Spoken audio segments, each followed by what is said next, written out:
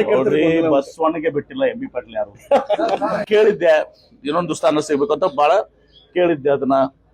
ಮತ್ತಾದ್ರೆ ನಾನು ಮುಚ್ಚಿಮರಿ ಕೇಳಿಲ್ಲ.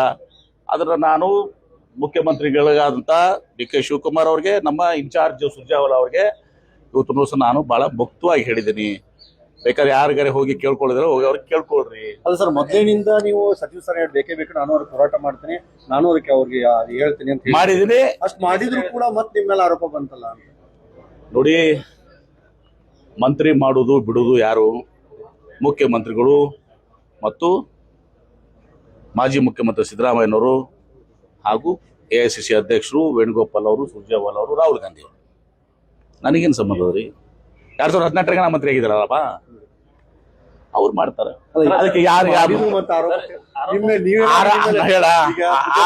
ಆರೋಪ ನಾ ಮೊನ್ನೆ ಹೇಳಿದ್ದೀನಿ. ನಾನು ಪದೇ ಪದೇ ನಾನು ಅದ್ರಾಗ ಇದ್ರ ಬಗ್ಗೆ ಕಮೆಂಟ್ ಮಾಡಕ್ ಹೋಗಲ್ಲ.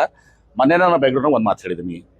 ನಿಮಗೆ ಮಂತ್ರಿ ಯಾಕೆ ಮಾಡಿಲ್ಲ ಅನ್ನೋದನ್ನ ಹೋಗಿ ಯಾರಿಗೆ ಕೇಳಬೇಕು? ಮುಖ್ಯಮಂತ್ರಿಗೆ ಕೇಳ್ಕೊಡ್ರಿ, ನಿಮ್ನ ಯಾಕೆ ಮಂತ್ರಿ ಮಾಡಿಲ್ಲ. ಸುರ್ಜೇವಾಲಾಗ ಹೋಗಿ ಕೇಳ್ಕೊಡ್ರಿ, ನಿಮ್ನ ಯಾಕೆ ಮಂತ್ರಿ ಮಾಡಿಲ್ಲ, ಏನು ಕಾರಣ ನಮ್ಮ ಮಂತ್ರಿ ಮಾಡಲಾರ್ದಕ್ಕೆ. ನಾ ಕಾಂಗ್ರೆಸ್ ಪಕ್ಷದ ಹೈಕಮಾಂಡ್ ಅಲ್ಲ. ನಾನು 2 ಸ್ಥಾನ ಕೊಡಿ ಅಂತ ಕೇಳಿದ್ದೀನಿ. ಮತ್ತು ನನ್ನ ಅಭಿಪ್ರಾಯನೂ ಕೂಡ ನಾನು ಹೇಳಿದ್ದೀನಿ. ಈ ಜಿಲ್ಲೆಗೆ ಏನು ಮಾಡಿದ್ರೆ ಅನುಕೂಲ ಆಗ್ತದೆ ಅದನ್ನು ಕೂಡ ಹೇಳಿದ್ದೀನಿ. ಅದನ್ನು 10 ವರ್ಷ ಬಿಚ್ಚಿಟ್ಟು ಸುರ್ಜೇವಾಲಾ ಅವರು ಅದರ ಸ್ಪಷ್ಟನೆ ಕೊಡಲಿಲ್ಲ. ಕಾರ್ಯಕರ್ತರೋಡ ಗೊಂದಲ ಹಂಗೆ ಉಳಿತು ಸರ್. ಹೌದ್ರಿ, ಈಗ ನಿಮ್ಮ ಮೇಲೆ ಆರೋಪ ಮಾಡಿದ್ರು ಬಸವಣ್ಣಗೆ ಬಿಟ್ಟಿಲ್ಲ ಎಂ ಬಿ ಪಾಟೀಲ್ ಯಾರು?